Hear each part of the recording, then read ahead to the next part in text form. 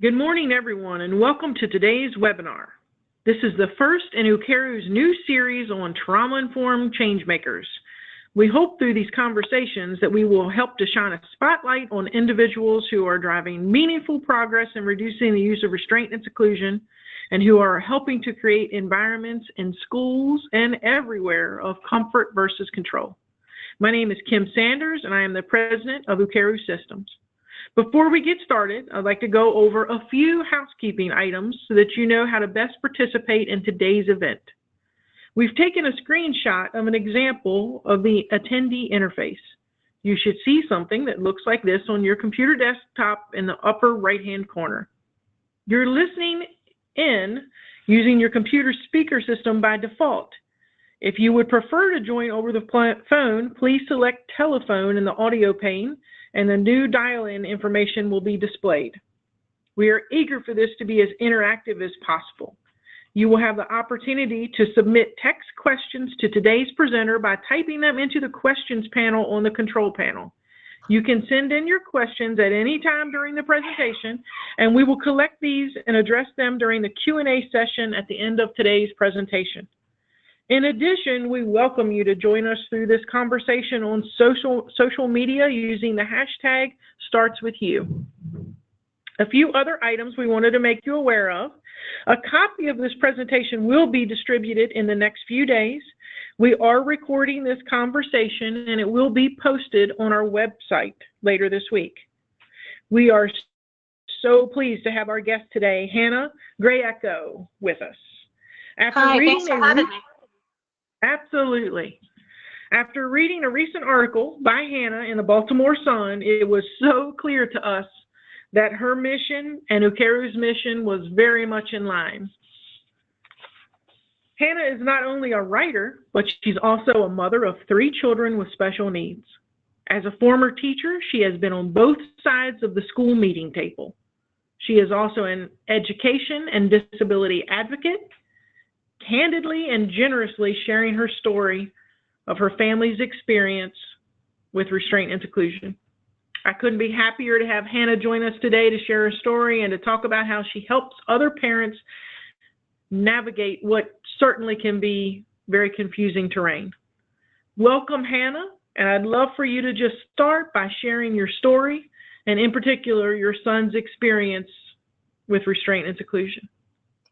Hi, and again, thanks for having me here. This is a hard thing to talk about, of course, but what I found is that by sharing my story, other families who've been in similar situations realize that they are not alone in this. Their kids' experiences are not isolated, as sometimes we feel, and that when we work together and talk about these things, that's how we can make change happen.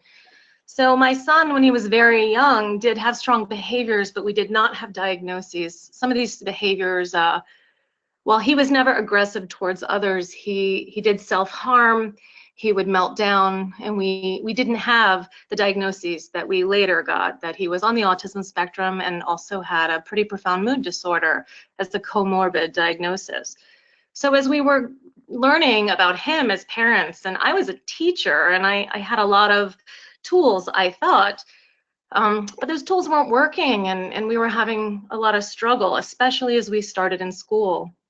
And as he got older, I didn't know this at the time, it's pretty common for smart kids who are either on the spectrum or who have other types of invisible disabilities to start to spiral downwards. So by first, second grade, we were seeing really big struggles in school. He was starting to refuse to go. We were having huge attendance issues. He was sick all the time and not, playing sick or trying to manipulate anyone, despite that phrase manipulation gets used a lot. But in fact, he was very ill. He would get fevers and stomach problems. He was getting in trouble at school all the time because he was profoundly gifted as well. People thought he was being defiant. People thought he was a bad kid, so to speak. They would talk about his bad behavior. The word bad came up a lot. And that started spiraling downward into crisis. He stopped going to school. We ended up with hospitalizations. He ended up in a private placement. In the private placement, he was restrained a lot. He was secluded a lot. until finally we had an incident that was so severe that I pulled him out and had to homeschool him, and until I could really get the help I needed. And with in-home behavioral support, with the diagnoses we needed, with some medication support, with a lot of reframing my own ideas about how to help my child and support him and what his behavior really was about, we really came to this place of change, and then could implement school again. It could get him into a public school with support and start to see the success that we knew he was capable of. And in fact, great success. And he began to love school, and he is now, you know, it's always a roller coaster with these types of diagnoses, but he is a really successful student. He's a member of his school community, and our home life is you know, a completely different home. So, and that allows me to parent all my kids, you know, and it's really enriched our lives.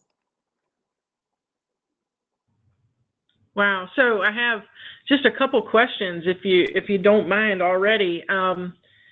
So you mentioned the term invisible disabilities, and Yeah. I think that's really interesting. So talk about that a little bit more for us. Like, how would you define that? Well, what I found, and I used to be a teacher, and so I know how little training general education teachers get on disability in general. So we think we understand disabilities, and we know that schools most of the time do a great job helping kids. I have a friend whose daughter is deaf. They do a great job accommodating her, getting her the services she needs to make sure she can hear. If a child is blind, if a child is in a wheelchair, if a child has seizures, I mean, these kinds of things, most schools, not all, but most schools really try to address those visible disabilities. When you have a student with attention deficit disorder, which can be anywhere from mild to severe, all three of mine have that. That's a little harder. Now we're getting into tough stuff, and some kids with ADHD have really strong behaviors.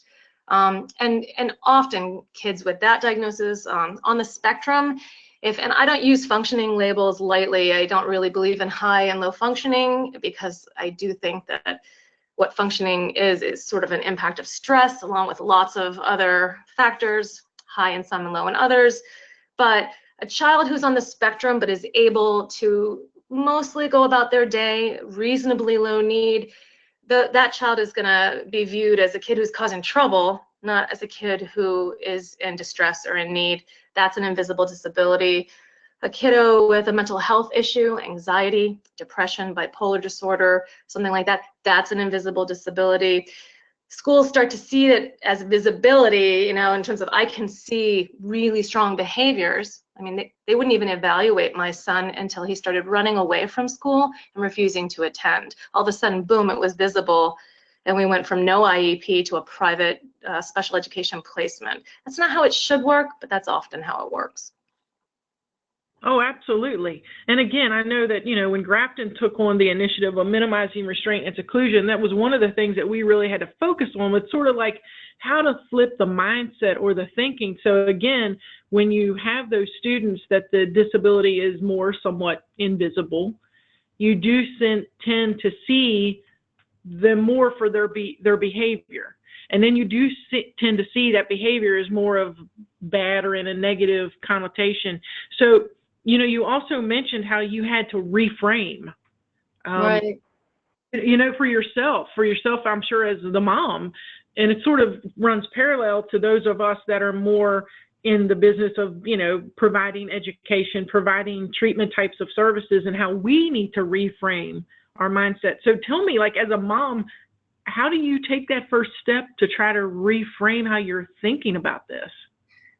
It was a really long, hard, and humbling process for me, because I was a teacher for almost 10 years before I became a mom, and I thought I knew what behavior was. I mean, behavior is purposeful. That's in our head of what it is, and parents who, you know, who are permissive are allowing themselves to be manipulated. Parents who are permissive are allowing their kids' behavior to rule the house.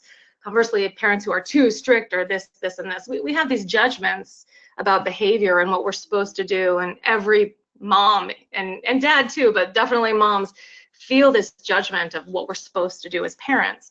And I had a doubly there because I was a teacher and I knew how to handle behavior and I was strict.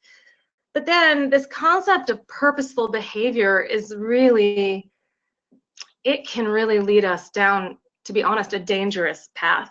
Because when we think that behavior is what a kid is doing to us, it personalizes it. It helps us like sort of understand it. We think, but in fact, it makes us angry. It makes us scared. It panics us.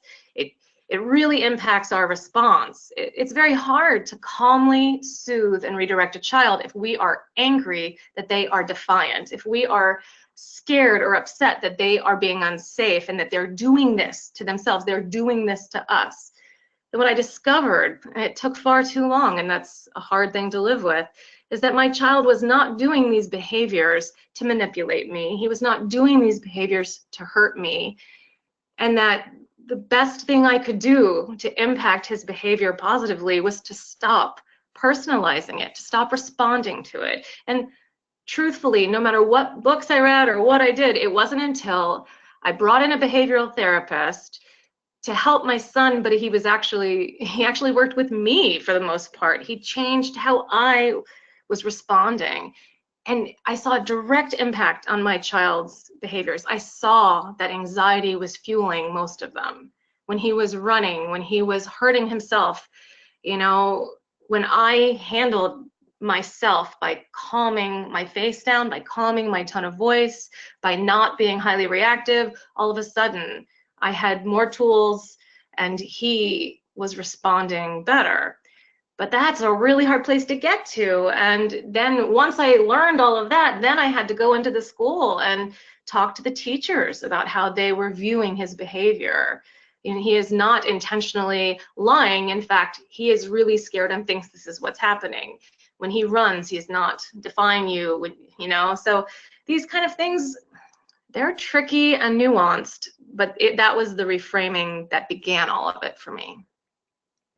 Wow, that's so interesting. And well, just one quick reminder, if anyone's online and you'd like to type in questions that we'll get to here shortly, please feel free to type those in the chat box. But Hannah, when I just hear you talk about that, I'm just, again, the experience that I can relate to is, again, starting here at Grafton and working direct care, those residential hours with students with very challenging behaviors. And I feel like it took me quite a while. It took me, I mean, sad to say, maybe years to get to the point where I knew I needed to think of things different. I needed to reframe myself.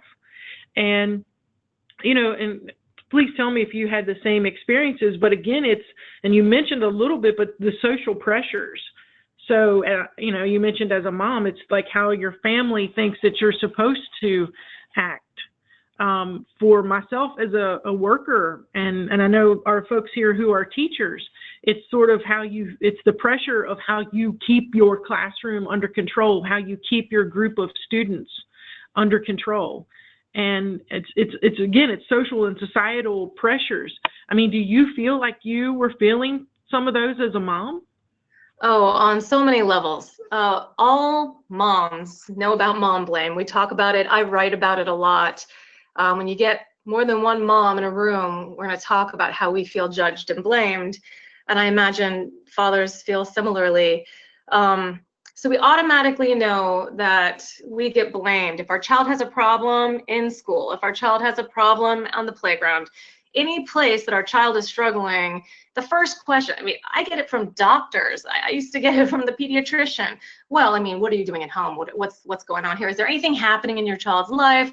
And sometimes there are things that are happening. Sometimes your kid needs support just because your kid needs support, though. It's not permissive parenting. It's not helicopter mom issues. It really is that your child needs help. And blaming a mom, even if it is, like, it was my behavior to a certain degree that was escalating things, at no point did someone telling me it was my fault help me learn the tools I needed to do a better job. And in the behaviorist who came in, never once did that. He's like, let's try this. Have you tried this? Oh, I know how upsetting this is. This is really hard for you. Here's one tool you can try. Let's see if it works. It's very different when you have that. And not everyone has access to that kind of support. You know, we ended up having to go through years of difficulty before we got funding to be able to even get that help. In the classroom, teachers have 20, 25, 30 kids, sometimes more if they're specials, if they're teaching PE or art. You know, if you've got these kids and you have one or more, sometimes a handful of kids with very strong behaviors, there is, of course, the constant stream of, I need to address all my kids' needs. I have minimal time for planning. I have very little training.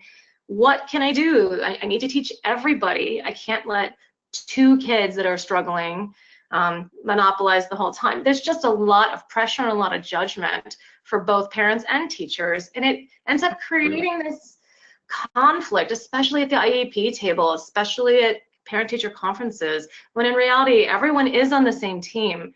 We just have to find a way to get that conversation started and get the support that everybody needs, and that's tricky. It's true. Reframing things does help, though. Getting administration involved helps.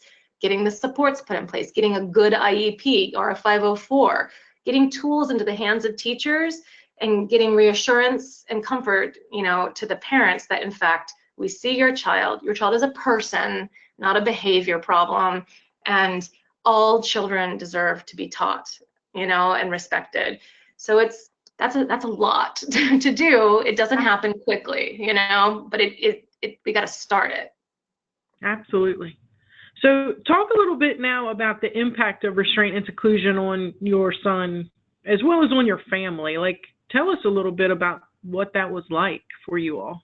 Yeah, and this is the hard stuff, truly. At home, when he was younger, a few years ago, he was self-harming and running away. And I thought, and there wasn't a lot of rational thinking, I was panicked. When you have an 8-year-old who becomes suicidal, you're panicked. This is my first child, my oldest. And I thought, again, that I had so many tools. I'd worked with kids with lots of diagnoses when I was in the classroom, but it's different when it's your kid. Anyone who's a teacher who also has a child with a disability and has gone to the IEP table, you know it's different. Even though you've been a teacher, sometimes it's even harder because you are or have been a teacher. So I was holding my child for hours. I learned how to do safe restraints, quote unquote, safe restraints, and I held him sometimes for hours, like part of the night, to keep him from hurting himself or from running away. I didn't want him in the hospital. I didn't want to call the police. And he's still small enough that I could hold him barely. I was scared of what would happen when he got bigger and older. I'd heard horror stories. And then in the school, when he got placed in a new school that was specifically, supposedly, for kids with very strong behaviors, be they emotional disabilities or being on the spectrum,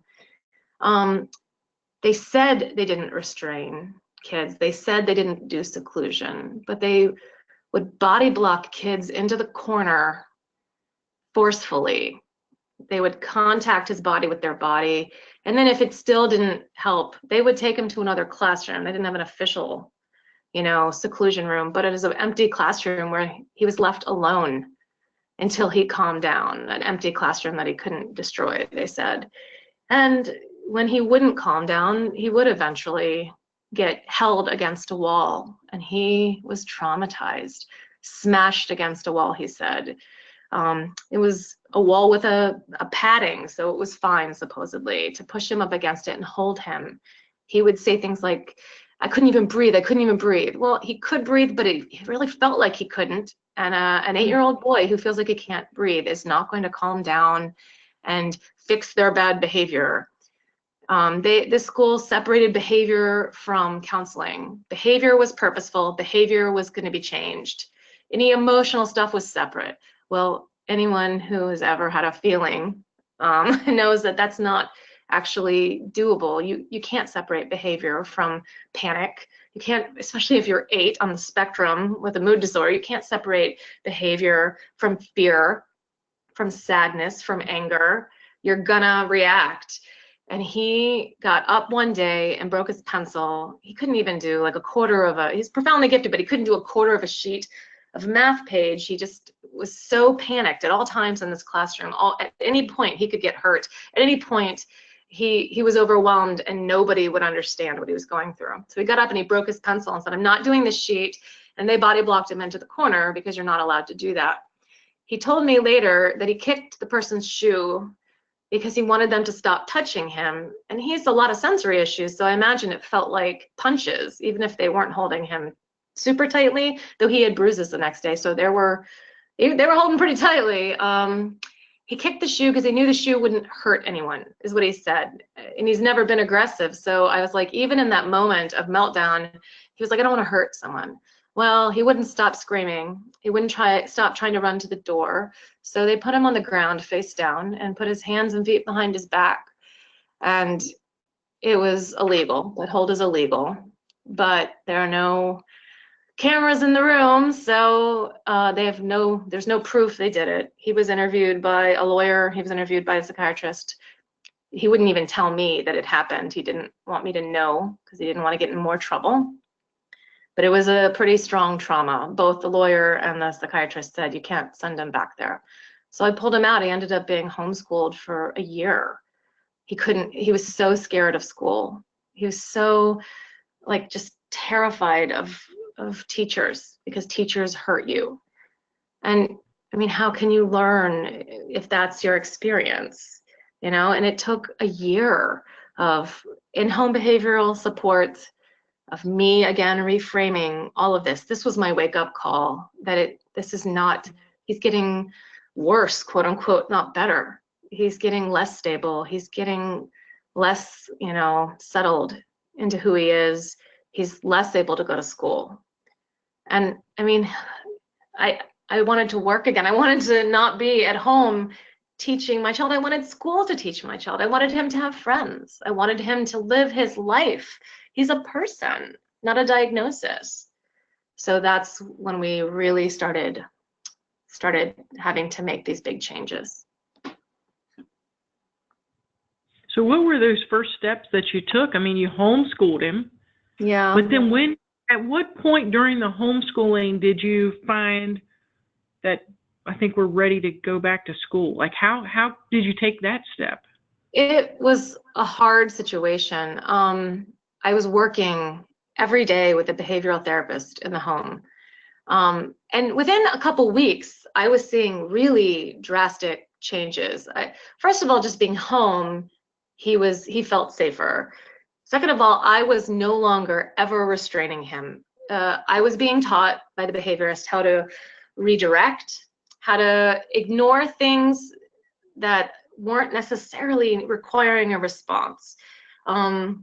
How to create what we call pockets of success. So my son was so reactive at this point, so traumatized by his experiences, not just at school, but at home. When he was upset, here I am restraining him. I'm holding him, anytime he tries to hurt himself. But in fact, stimming, these movements that autistic kids and adults do, not all of them are bad. And if you can sort of help your child get to a better place emotionally and allow the regular stimming, then some of the self-harming stimming often will really quickly ease off. So we created pockets of success before we could go back to school. We would walk to Starbucks. It was 3 blocks away, get a snack and come home and celebrate that success. It was 15 minutes maybe, 5 minutes, 10 minutes. We would do these quick pockets, and we would do multiple little pockets of success and feel good about what we'd done. I would recognize that this was a huge leap, a milestone. Instead of having constant meltdowns all day and running and hurting ourselves, we started to feel good.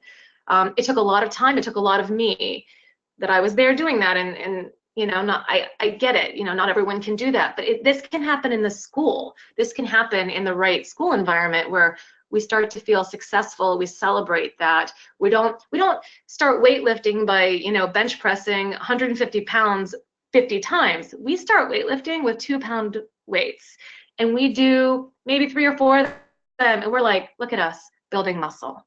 We don't say, geez, you should be able to bench press more. What's wrong with you? But that's kind of a symbol of what happens. So, and when we have a slip up, when we have a meltdown, when something happens, we don't dwell on it. We redirect, we talk about fixing things, we move forward. So we started doing this more and more and more. The pocket started growing. We could do things for half an hour instead of 10 minutes. We could do 2 hours someplace. If we push too far and have a meltdown, okay, lesson learned. That happens. Boy, we validate those experiences, and it's hard, and then we keep going, we keep building. As that happened, he started being able to do more and more academics with me, and then with a homebound teacher through the county. And then because we had a lawyer, we had to get a lawyer to get this to work. Unfortunately, we wouldn't have had to if I had known these techniques before, but we got him back into a school, into an a special education classroom for emotional disabilities that then he could push out when ready into the general education world. And so that we did really slowly, like part of the day, again, pockets of success, and then half a day, and then a full day. But that part went really quickly because, in fact, kids want to be around other kids.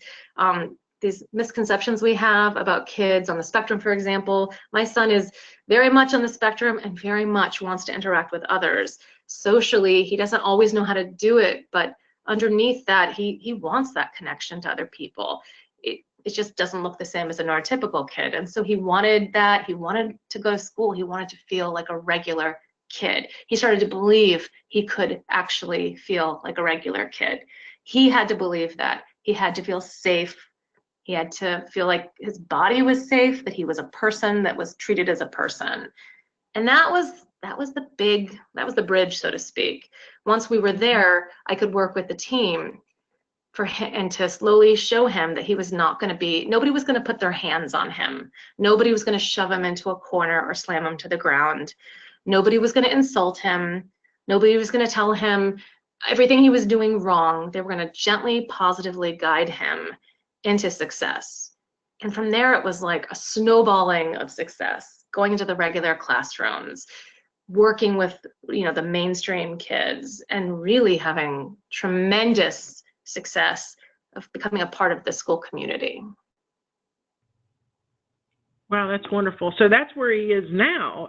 Talk to us a little bit more about how you feel like he's benefited from a trauma-informed approach. Well, this was, he is now in his first year of middle school. This was in the end of third grade, beginning of fourth grade. He started back in the first 2 weeks, he destroyed the classroom. He pulled all the stuff off the bulletin board. He trashed the teacher's desk. I mean, he had really strong behaviors that obviously you would not allow in a general education classroom or any classroom, of course. So he was doing this because he needed, in his head, he needed to get out of this school. He couldn't be in this school. It was terrifying to be in a school. School was where you were hurt. School was where you were treated like an animal. At one point the year before in that other school, he said, "I'm not a dog.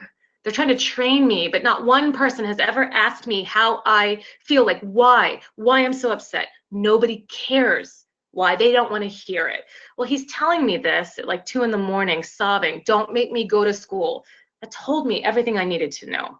And so I told his teachers, this is where he's coming from. That is a trauma. Like, what are we going to do when he acts this way? So what they did in this particular program was they moved through positive reinforcements instead of negative. So you start, when you enter this classroom, he started, and he was trying to earn out of a place of a lot of support. They call it support, not punishment. Like, you get support. You have an assistant with you. Your assistant, you're going to sit with your assistant to have lunch in the classroom. You're going to have an assistant walk with you if you have to go to the bathroom. That was the kind of stuff that was happening, and he didn't want that. He wanted to feel like a person that could just, he wanted to go to the bathroom on his own. He wanted to have lunch in the cafeteria. He wanted to do these things that he had really not been able to do for many years. And he was like, "What do I have to do to get y'all to leave me alone," basically? And they were like, "Show us that you can do 5 minutes of work. Let's see what happens." And he was like, "Okay." And so he did it, and he was great because he's very, very bright. And they celebrated, again, the pockets of success. And he earned his way very quickly out. He started seeing like, oh, when I ripped up that bulletin board, I did not get to have lunch with my friends in the cafeteria. I did not get to go out to recess, but nobody hurt me. I had to read a book at my desk because they were worried that I wouldn't, stay they talked to him. We're worried you're going to run if you go to recess. So we need to be able to count on you to come to us if you need help. So when you show us that you can come to us if you need help, then yeah, we're going to go to recess because we want you to have recess. He had never been talked to this way. He had never been treated like this. And he was like, oh, okay. And he started showing them. It took a long time for him to trust, but it quickly he started seeing that his behavior really was something he had some control over. And when he had non-purposeful behavioral needs, like here, people had always told him all these things were on purpose. Well, when he started panicking and pacing around the room, nobody got mad at him. They said, you look really uncomfortable. You want to take a walk and get a drink of water? And he was like, oh, yes, thank you. And then it wasn't until later that he went, oh my gosh, they totally get me. They could tell I needed a break. That had never happened. Instead, it was like, sit down. What are you doing? You should be in your desk. It's a very different mentality. So that slowly over time created this trust, this environment that he believed in. But very quickly, he started earning, the right to do all these things that a student should be able to do as long as they're safe. And so he started going into regular classes. He had an assistant at first, but like that support would slowly get drawn out. And so where he would have assistant in the room and then like sitting with him, and then he'd have assistant in the room, but they're there for a few kids. And the general education teacher is going, oh, okay, I'm working with this assistant to understand this child. I'm not gonna have to worry about this child flipping desks. That's not a behavior that's gonna be tolerated or allowed. And my son never did that, but other students might. But the assistant will take care of that. We understand that this is a kid in panic. So if I see a child who has anxiety, I'm not going to let it escalate to flipping desks. I'm going to say, hey, what can we do? And the assistant will take him for a walk or something along those lines. It worked to a place where he could have an assistant check on him. By the end of the year, the assistant was just checking on him and not even staying in the classroom. By the next year, he didn't need an assistant. He had those training wheels, that scaffolding had moved to a place where he could say to the teacher, I feel terrible. I can't do this today. For some reason, I'm having panic attacks. I need to go back to that other classroom. And she'd say, got it. I understand. Here's your work. Take it back with you. He learned to advocate for himself. And by the end of 5th grade, he was a school ambassador. He was, talking to any teacher he went to about what he needed. He was a sergeant on the school patrols. He won a poetry slam. He rapped in front of, 500 kids and teachers and won. I mean, it was amazing. He was a part of this school community, and the teachers cried when he left. This was a kid who, a year and a half, 2 years earlier, had been ripping stuff off the walls and screaming at people. It was just, the difference was his place in the community. Those teachers saw him. They learned, because they'd never had that kind of training, but they learned that behavior isn't always purposeful. He's scared, he's panicked, and oh, okay, this is what we can do. These are the tools that we have to help him. And now he's gone into middle school. This is a major jump, right? Going to middle school, very, very different. He's doing really well. It was a hard first week. He didn't know what was going to happen. He was nervous about the noise, but he's at a school where they say, oh, noise bothers you? Let's wear headphones. Oh, you need to have a home base? Okay, well then maybe in between classes you come and you check in with me. There's a counselor if you ever need to talk to her. They're seeing him as a person, and so he's just doing middle school, doing great. That's awesome. That's so awesome. So when I'm listening to you, I'm thinking of course this is so much better for your son. This approach is so much better for you, and I'm sure everyone in your family. But goodness, when I listen to this, I think it's got to be so much better for the educators, the aides in the classroom, the teachers, the administration, right? Because when you're able, number one, you have to realize that you have to reframe, that you need to reframe. But then once you can actually do that type of reframing, it takes a lot of that pressure off of you. And because then I still go back to, again, it's our own experience here at Grafton, that when you do have that type of pressure, then you're almost forced to be more controlling. But if you can allow that to go, it's just so much, that relationship between all parties gets so much better. And it activates your empathy. where if you're tired and you're stressed and you have a classroom full of kids and there's a child who feels defiant to you, a child who might say terrible things. Like, this is a kid who's like, I don't want to be here, I hate you, I don't want to learn, this is stupid. I mean, they're like saying things, they're doing things, and it feels so aggressive. It feels so personal, and it hurts you. You're a teacher, and you're here because you love kids. You're here because you want to teach, and there's this child that, you know, it feels like a personal attack. It's really hard to reframe. But if that child, you know, if you look at like oppositional defiance, it's almost always rooted in anxiety. Like, if you look at behavior as a distress call and you realize this isn't about me, this child isn't doing this to me, this child is like sending out the bat signal, this child needs help, you know, it really changes you. As an educator, it changed me as an educator, it changed me as a mom. I was like, oh, I don't like this behavior, it is not pleasant, but this is a child in distress.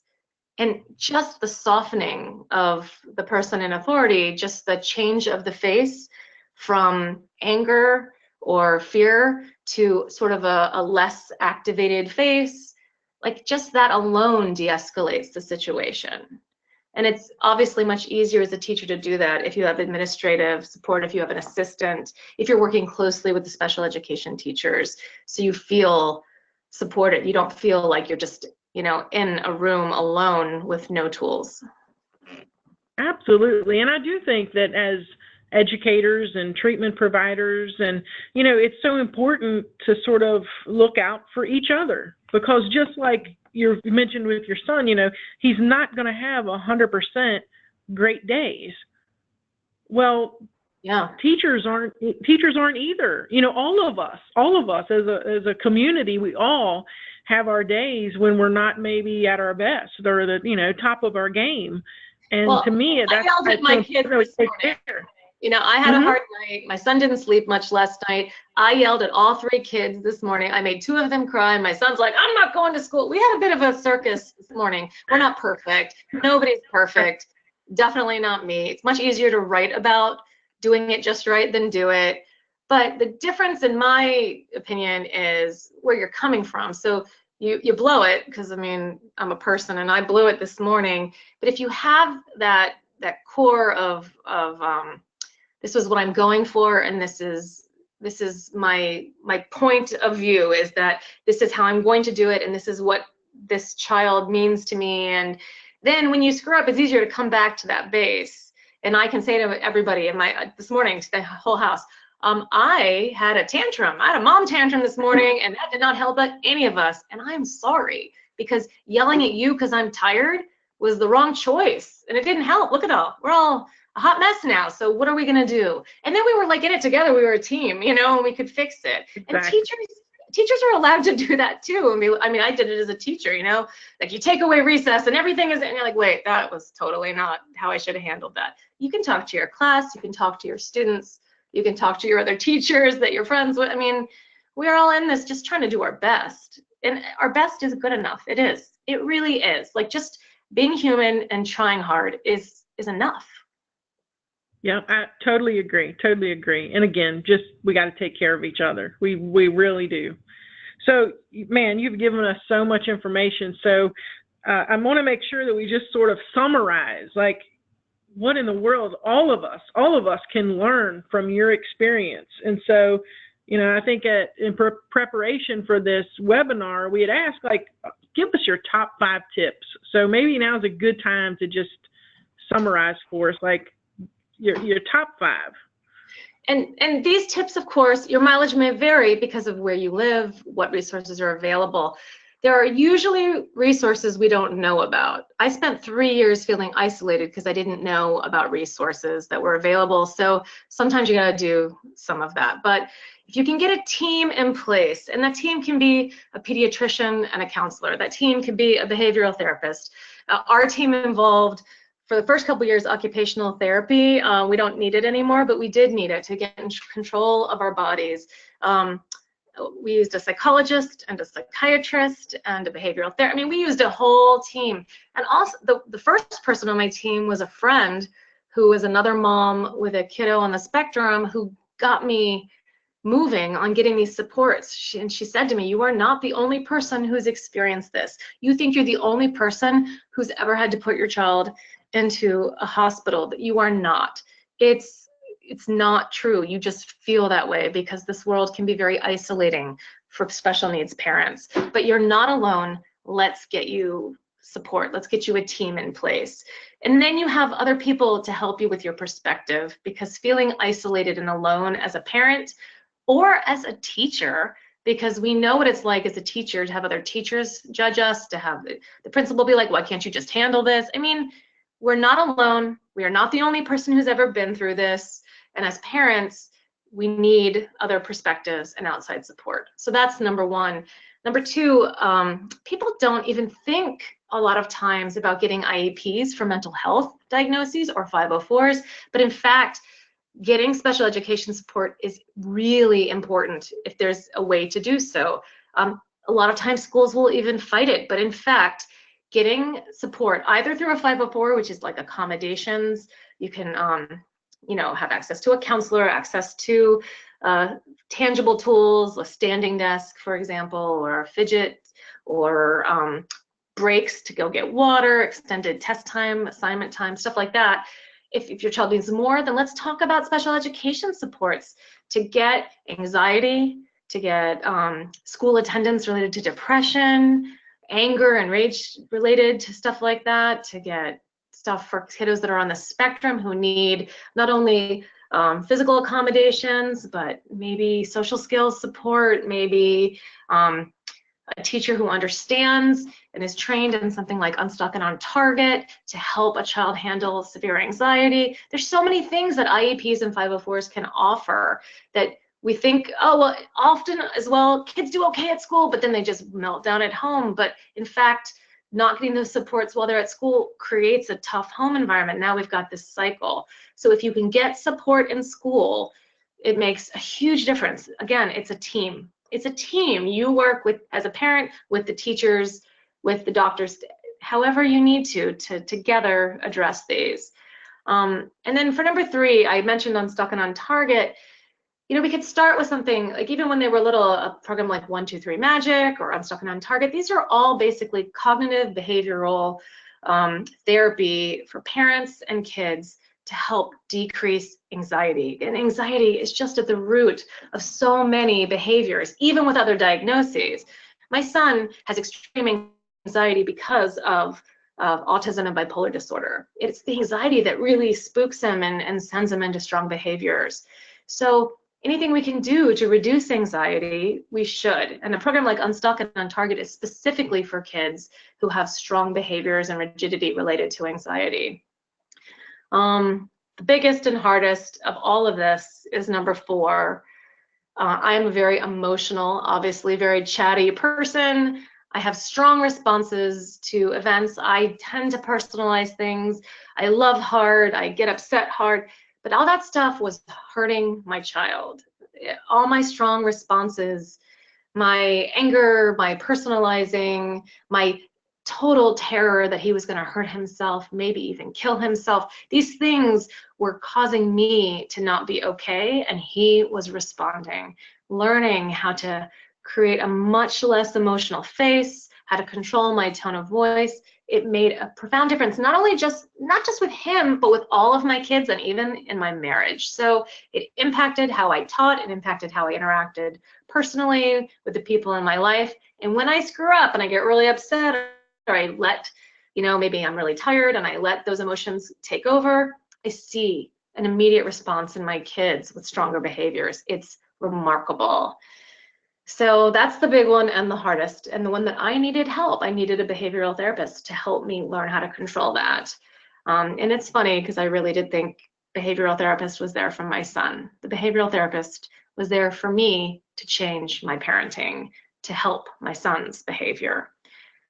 And that's hard and very humbling. And then the last one is number 5, and this is part of the reframing, to view success in pockets, celebrate the small things that lead to big things, that snowball into larger abilities.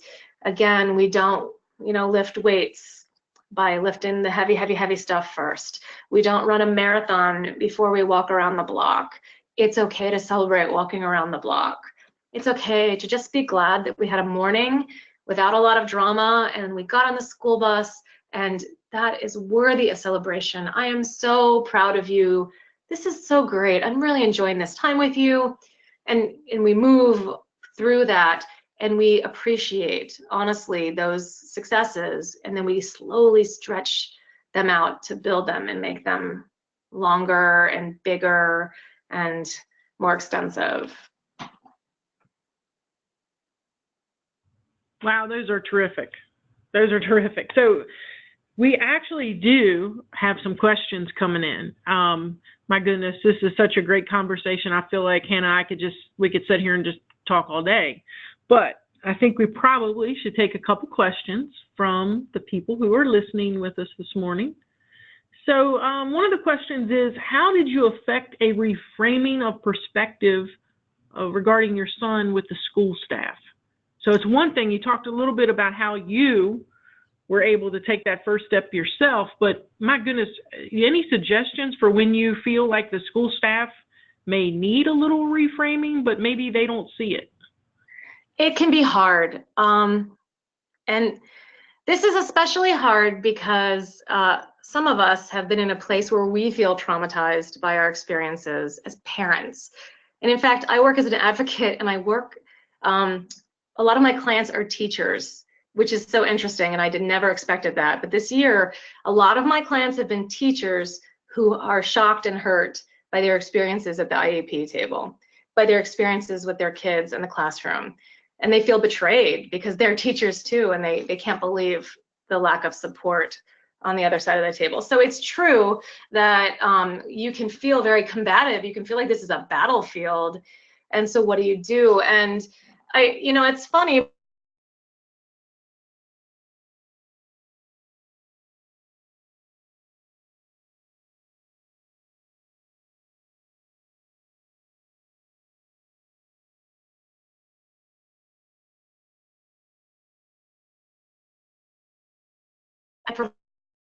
I try to use iMessages, which is what I use to address.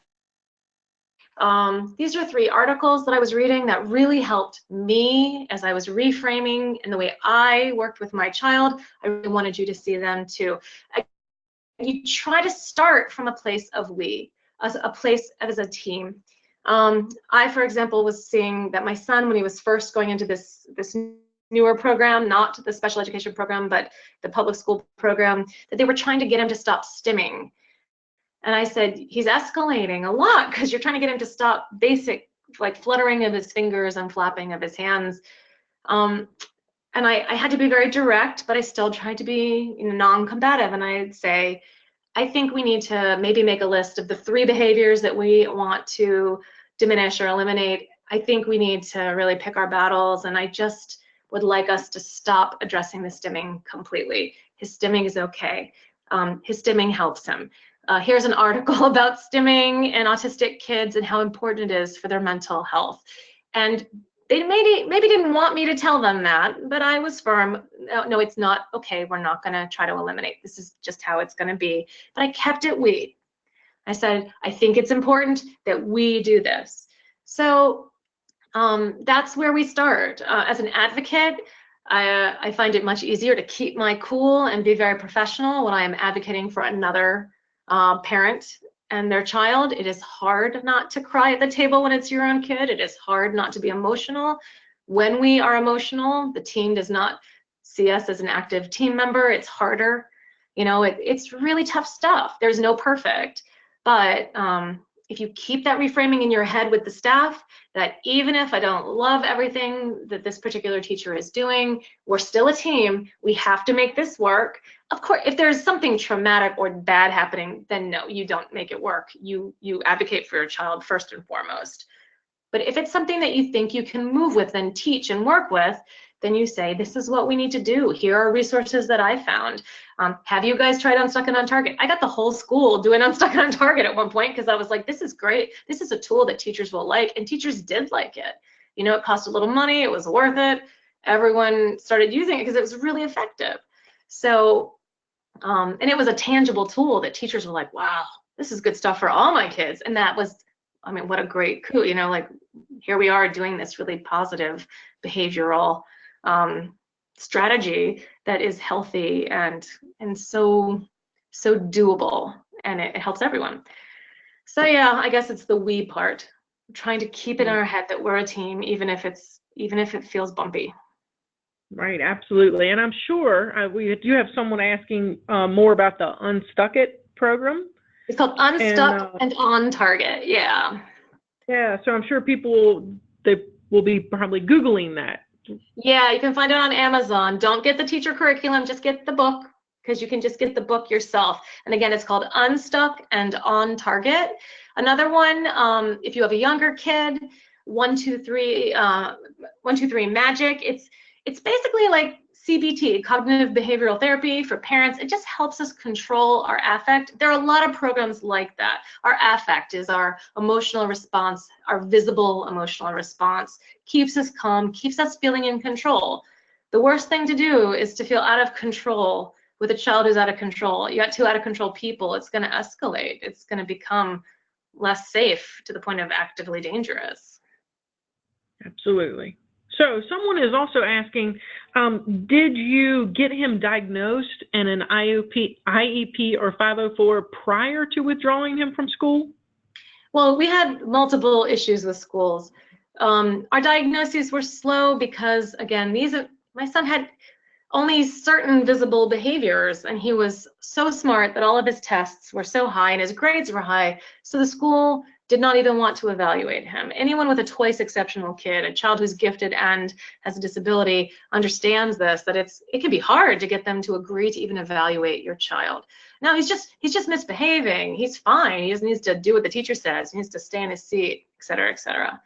So in my situation, we had a diagnosis of anxiety, and then a diagnosis of attention deficit disorder, and then boom, they wouldn't give him any supports because those things didn't seem to be impacting as academics, they said.